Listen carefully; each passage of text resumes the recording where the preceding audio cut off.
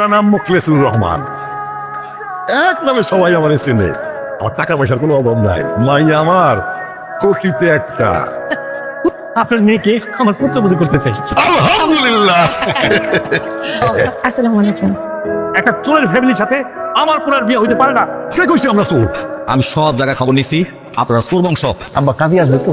না, কাজে আসবে, ওইটা ঠিক আছে। কাজ নিয়ে কাজের বিষয় আমি দেখতেছি। তোমার প্রথম যেদিন দেখছি সেদিনই তোমার প্রেমে পড়ে গেছি। আমার কপালে আসলে তুমি লেখা ছিল।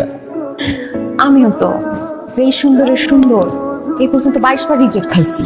আমিও তো কই আমার বিয়ে হইতেছে না কেন? আসলে তুমি আমার কপালে ছিল। সাবধানে চুরি করেন করুন।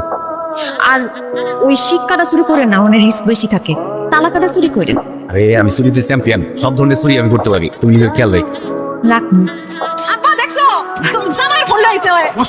জামাইয়ের ফোন চুরি করার সময় মনে আছে এটা কার ফোন? মন টাকাইতেছে তোর মাথাটা মারি দে। তার মানে কি দাঁড়াইলো? তোর শ্বশুরের গোষ্ঠী সব চুরি করে নিয়ে গেছে গা। চোরের ঘরে চুরি।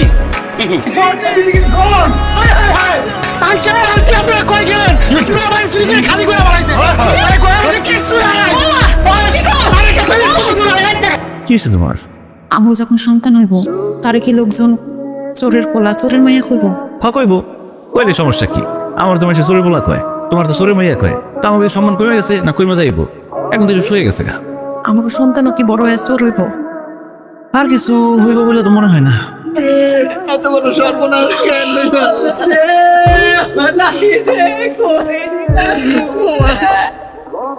কি হইব আমার? কি আর হইব? তুমি বিধবা হইবা, আমার আব্বা আম্মা সন্তান ছাড়া হইব।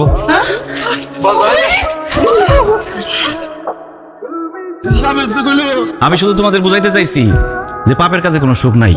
আজকে যদি আমি মারা যাইতাম তোমরা কতটা কষ্ট পাইতা। তুই ঠিকই কইছস। আজকে আমি হারে হারে টের পাইছি। বাসান তুই আমার মাফ করে দে। আমি তোর কথা বুঝতে পারি নাই।